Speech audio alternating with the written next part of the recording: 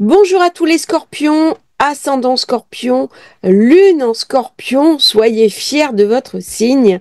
Le soleil, le 21, arrive dans le bélier, signe de Mars, avec lequel vous êtes particulièrement en affinité. Il va vous permettre de remettre des choses à plat, de prendre soin de votre santé, de vous occuper de vous, d'être beaucoup plus performant dans votre travail, beaucoup plus dynamique et plus enthousiaste. Alors, le scorpion, c'est toujours un signe un petit peu ambivalent, hein. On va pas se leurrer, on souffre un petit peu de bashing. On n'est pas le seul signe d'ailleurs dans ce cadre-là. Il y a les capricornes, il y a les lions. Mais le scorpion, il a quand même un petit peu la palme. C'est, comme je dis, prenez les choses avec humour. C'est du bashing et c'est souvent de la mauvaise astrologie, si je puis m'exprimer ainsi, parce que derrière un côté secret, caché, obscur, et tout ce qu'on peut lui mettre sur le dos, se cache une personne très sensible, parfois vulnérable, et qui donc va mettre un masque de protection. Et les personnes qui s'attachent au masque ne verront pas le côté éthique, le côté transformateur, le côté transmutation alchimique du scorpion, puisque c'est le signe de l'œuvre alchimique. Donc les trois étapes de l'œuvre, l'œuvre au noir, hein, qui est la première, l'œuvre au blanc et l'œuvre au rouge. C'est-à-dire il y a une transformation de nos ombres, de tout ce qui nous fait souffrir pour aller vers une lumière. Et c'est aussi ce qu'on est invité à amener aux autres, c'est-à-dire les aider à se transformer, ne pas rester accrochés à leur douleur. Voilà, c'était un petit peu une remise à plat de ce signe. Et en général, les personnes qui sont scorpions aiment beaucoup leur signe.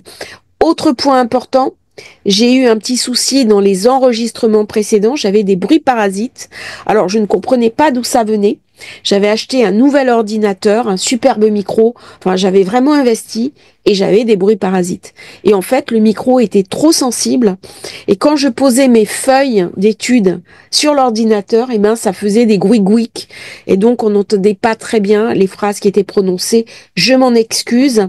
J'ai réalisé ça au signe de la balance. Je ne vais pas pouvoir tout recommencer, mais je le saurai pour l'avenir. J'en tiendrai compte. Moi, très important, qui met l'accent sur Mars. Mars qui est enfin redevenu direct dans votre zone 9. On reprend les études universitaires, on recommence à apprendre, on retrouve sa curiosité, on réouvre ses livres, on reprend ce qui nous motive. Le scorpion est un signe curieux. Alors, on va chercher le mois d'avant les énergies qui tombaient dans le poisson, la nouvelle lune du poisson, signe très en affinité avec vous, zone 4, 5, la 4, c'est Pluton, donc on commence à mettre en avant ces énergies très bien aspectées, donc il va y avoir des remises à niveau familiales, on va dire les choses, on va s'exprimer, mais si une personne nous manque de respect, on va le dire aussi, on va tout recadrer de manière favorable, de manière positive. Dans la zone 5, eh bien, ça met l'accent bien sûr sur les enfants, très bonne relation avec les enfants, sur les amours. C'est une période où on peut tomber amoureux, retomber amoureux, décider de fonder une famille, créer sa propre famille, ou alors réaliser son œuvre. C'est une période où on a beaucoup de créativité, beaucoup d'imagination, et on va voir ce qui est vraiment important pour nous. C'est une période aussi où on peut se former à la spéculation, se former à gagner de l'argent autrement. N'oublions pas que le scorpion, c'est aussi un signe financier. On l'oublie un petit peu trop souvent. C'est un signe où je vais gagner de l'argent. Et donc les personnes qui ont un souci de culpabilité par rapport à l'argent, par rapport à la réussite, eh bien vous voyez un petit peu comment ça s'articule et qu'est-ce que ça vient nous raconter. Même les personnes qui sont dans le rejet du signe, eh bien celles-là, on va se demander pourquoi. Et là, on tombe sur des formes de culpabilité héritées de nos ancêtres et des contrats de pauvreté et ce genre de choses. Alors, c'est très intéressant parce que le scorpion, c'est comme le taureau, c'est l'axe financier.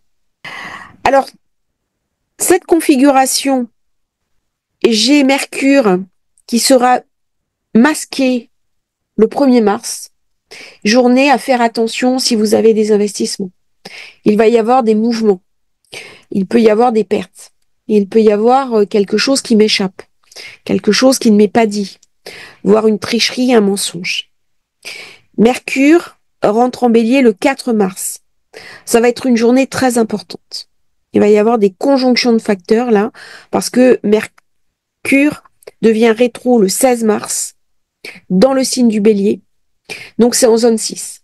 Ça va être une période très importante pour revoir sa copie au niveau de son travail. Si je manque de soutien, qu'est-ce que je peux mettre en place pour avoir ce soutien? Est-ce qu'il faut que j'embauche quelqu'un? Est-ce qu'il faut que j'utilise les compétences d'une IA? Il faut que je prenne du temps pour réactualiser ma gestion de mon travail, la gestion de ma santé. Avec Vénus qui devient rétro, moment idéal pour se soigner, pour se guérir, pour prendre soin de soi, pour faire un régime, pour soigner ses dents, soigner ce qui ne va pas. Le Scorpion a toujours un problème de dentition, problème gynécologique aussi. Donc tout ça, ça va faire partir des soins à apporter avec Vénus rétro dans le signe du Bélier à 10 degrés.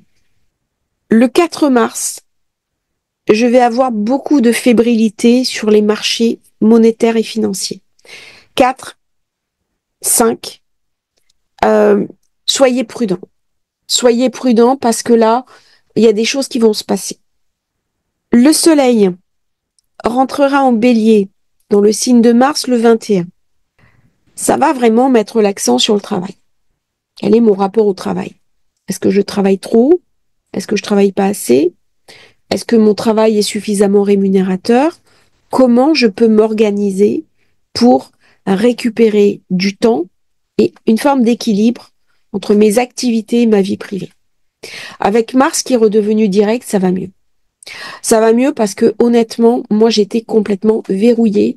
À titre personnel, j'étais comme si je marchais dans de la boue. Alors ça m'a pas empêché de gérer mes rendez-vous, de faire mon travail. Par contre, à titre personnel, je n'arrivais plus à avancer sur mes projets. Et là, Mars m'amène à de nouveau étudier, à de nouveau réactualiser mes connaissances, ce qui est très important. Alors c'est une position très favorable pour tout ce qui est enseignant, enseignement, transmission, canalisation. Alors c'est une période très intense, le mois de mars, parce qu'on rentre dans la saison des éclipses. Les éclipses ramènent toujours beaucoup d'énergie et beaucoup de mouvement au niveau des événements mondiaux. Je peux également être profondément impactée par ces éclipses. Celle du 14 mars sera une éclipse de lune 23 degrés de la Vierge. Celle du 29 mars, éclipse de soleil 8 degrés en Bélier. Alors, si vous avez une planète, un angle, alors l'angle c'est l'ascendant, milieu du ciel, soleil, lune, ou toute autre planète importante de votre thème, sur le 23 degrés de la Vierge ou 8 degrés du Bélier, vous savez que vous allez être particulièrement impacté par ces éclipses. 23 degrés Vierge, ça me fait penser aussi aux personnes qui ont l'amas Pluton, Uranus dans le signe de la Vierge. Là, il y a quelque chose de nouveau qui va être montré. Il va y avoir une prise de conscience. Alors, les éclipses répètent toujours le même cycle tous les 19 ans. Donc, regardez pour vous ce qui s'est passé il y a 19 ans et allez faire un petit peu le point par rapport à votre vie. On commence maintenant par l'éclipse du 14 mars. Alors là, on est dans les projets. On est dans les projections, les projets qui n'avancent pas exactement comme je voudrais, en particulier au niveau immobilier. Avec Vénus et Mercure rétro, puisqu'on va avoir un espèce de chassé-croisé le 11, le 12, le 14, vous voyez, ils sont en conjonction. J'ai envie de faire des choses dans mon travail, j'arrive pas à le faire. Soit j'ai pas les bonnes personnes, soit j'ai pas la bonne méthode, soit je m'y prends mal, soit j'ai des soucis dans mon travail. Vénus, quand elle re-rentrera dans le Poisson à la fin du mois, impeccable. Elle revient dans la zone affective. Quand elle redeviendra directe, tout sera parfait dans la 6, parce qu'elle va me permettre de régler les problèmes qui se seront posés durant la mi-mars. Là, il y a des tensions dans mon travail. Il y a quelque chose qui ne s'articule pas. Donc, attention aux prises de décision. Si vous avez des soucis dans le travail, avec des collaborateurs, avec euh, des supérieurs hiérarchiques, ne partez pas en claquant la porte. Peut-être qu'il y a quelque chose qui n'est pas arrivé à maturité. Alors, ça va me parler aussi de réévaluation. Comment je peux revoir ce qui est important dans mon travail? Peut-être que je me suis laissé avoir. Alors, ça arrive régulièrement. Une personne est très bonne dans un domaine. Elle se fait avoir dans la mesure où elle est sursollicitée par l'entourage pour aller vers ce domaine-là, mais c'est pas son choix personnel. Et donc, ça va créer un frottement parce que j'ai un carré Vénus, Mercure, Mars.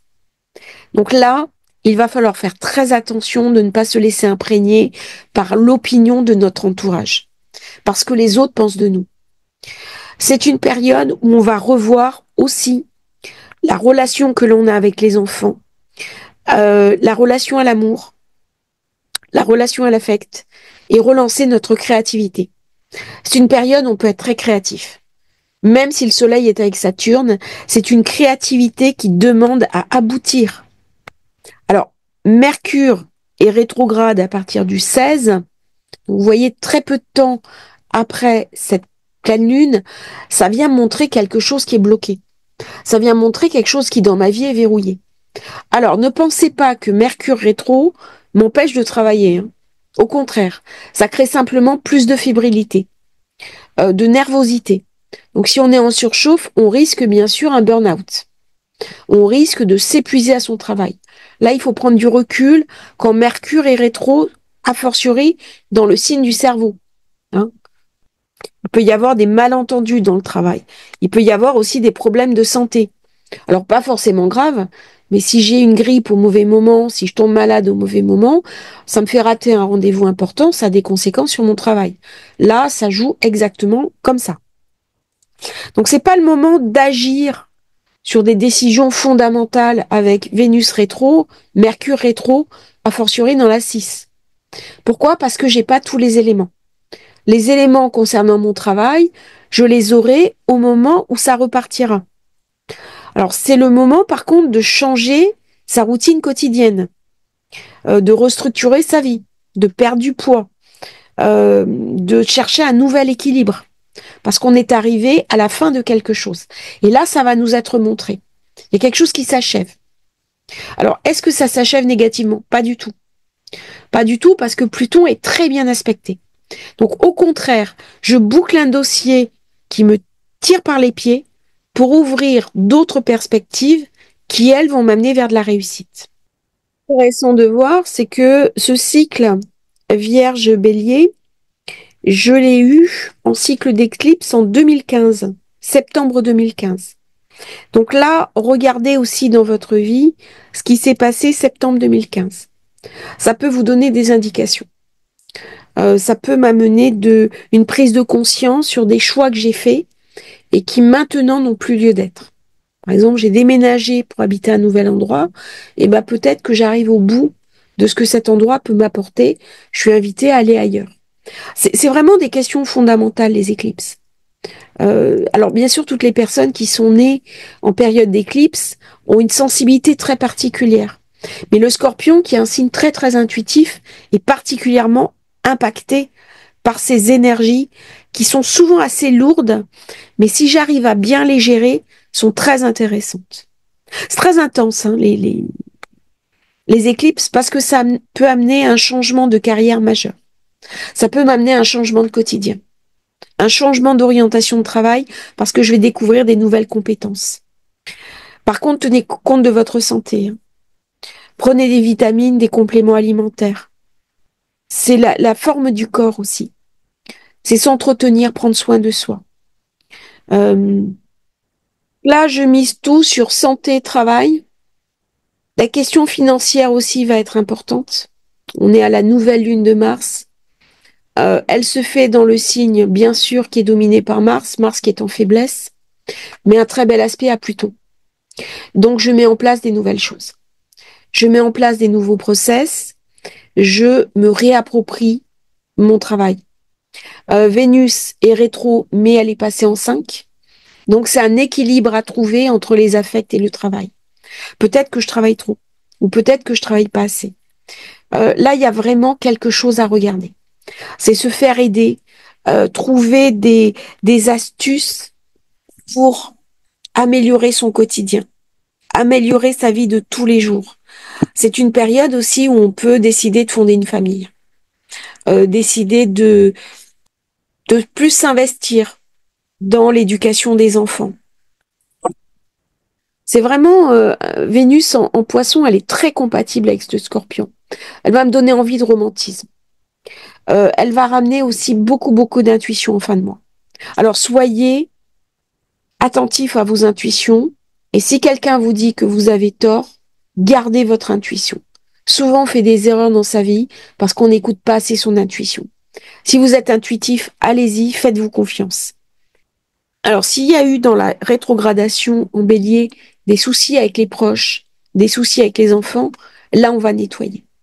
Il y a quelque chose qui germe, quelque chose de nouveau. Il est possible qu'on vous propose des nouvelles associations, des nouveaux partenariats qui vont se dérouler le mois suivant. Mais il y a un germe là qui est planté. Il y a quelque chose de fondamental, il y a quelque chose de clé. C'est une très belle nouvelle lune. Alors, au niveau global, elle a des inconvénients parce qu'il n'y a pas assez d'équilibre. Mais à titre personnel, il y a vraiment des opportunités là qui sont proposées. Et on est invité à y répondre de manière favorable. Donc ne laissez pas les autres ou votre entourage éteindre votre enthousiasme. C'est vraiment un moment pour refaire du sport, pour s'occuper de ce qui est important pour nous, de faire un bilan d'âme, un bilan professionnel, aller chercher sa propre compétence. Alors dans cette période-là, on peut trouver un nouveau métier, se faire embaucher. Si j'étais au chômage, je peux trouver un job. Si je ne travaille plus mais que j'ai des problèmes d'argent, je peux éventuellement trouver des petites activités rétributrices, même si c'est pas extraordinaire avec Jupiter carré Saturne, mais mettre en place de la créativité. Vénus Poisson, elle me ramène les arts. Elle me ramène aussi la capacité à faire des choses en manuel. C'est des jeux. Alors ça met l'accent aussi sur tout ce qui est spéculation. Tout ce qui est spéculation en ligne, les cryptos, les actions. Et comme Mars est repassé maintenant direct, je peux me former, je peux apprendre. C'est très cyclique hein, comme nouvelle lune. Très bonne pour les sportifs, les personnes qui sont sportifs de haut niveau, les personnes qui sont engagées dans un nouveau travail. Ça va donner vraiment des compétences, ça va donner du leadership. On va être apprécié hein, durant cette période. Les mots que l'on va dire vont être entendus, ils vont être portés. C'est une période aussi où on va s'intérioriser.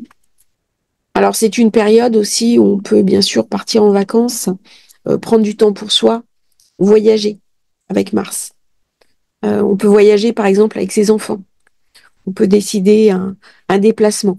Alors il faudra faire attention parce que Mercure rétro, c'est pas le mieux pour voyager ni pour réserver des billets de soit d'avion, soit d'hôtel. J'en ai eu une expérience cuisante à la dernière rétro, je m'en souviens encore. J'ai même pas osé dire la bêtise que j'ai faite à mon époux. Je crois que il aurait pas apprécié. Voilà, c'était un cadeau que je lui faisais. Passons. Je vous raconte des fois des petites anecdotes. Même moi, hein, ça m'arrive. Hein, je suis comme tout le monde. Et je me dis des fois, tiens, je devrais un peu plus écouter mes propres prédictions parce que je fais les prédictions de la semaine et puis après, ben je note dans l'agenda certaines choses, mais peut-être pas assez. Et donc, il faut aussi que je me l'applique. Donc là, c'est des éclipses qui vont durer quand même au moins un mois. Et regardez vraiment si vous avez ce 8 degrés bélier qui est actif. Là, très très important. Si vous avez 8 degrés, par exemple, en scorpion. Si vous avez un amas Uranus, Pluton en vierge. Tout ça, ça va inviter à du lâcher prise. Du lâcher prise parce que euh, la précédente pleine lune, elle se fait en secteur 11. On va penser de l'avenir, on va penser au projet, on va penser aux amis. Et là, les amis peuvent aussi nous empêcher d'avancer, hein. C'est les amis qui nous disent quoi faire, ou alors qui viennent nous soutenir. Donc, il va y avoir du tri dans les amis. Par contre, c'est une période vraiment lâcher prise. Regardez ce qui est important pour soi. Là, on peut aller aussi dans des groupes de partage d'informations, des groupes communautaires, des groupes où on va échanger de l'information. On rentre avec des nouveaux contacts avec cette pleine lune. Des choses nous sont montrées. Alors, je reviens un petit peu en arrière parce que, en fait, c'est valable jusque fin avril. Et ça va se cumuler à chaque fois avec l'interprétation suivante. Donc là, ça va vraiment faire un gros changement. Et s'il y a des problèmes, par exemple, dans son travail, lâcher prise. Voilà. On développe ici le lâcher prise dont on va bénéficier ici. Voyez? Donc, c'est chaque mouvement planétaire qui va engendrer un autre mouvement planétaire. Donc, il y a un gros changement de conscience, là. On est sur un renouveau. Il faut pas oublier qu'on sera après l'équinoxe de Bélier. Équinoxe de Bélier, c'est le début de l'année astrologique. Très, très important. Donc, on plante des nouvelles graines et ces graines, on va pouvoir en bénéficier les mois d'après. Travail, santé, enfants, voyage, prise de conscience, nouvelles amitiés, nouveaux partages, lâcher prise. Merveilleux mois à tous les scorpions. Si vous souhaitez commander votre thème de naissance, votre révolution solaire, vous avez les liens dans la description. Et à très bientôt pour un nouveau partage sur Astrologie Facile.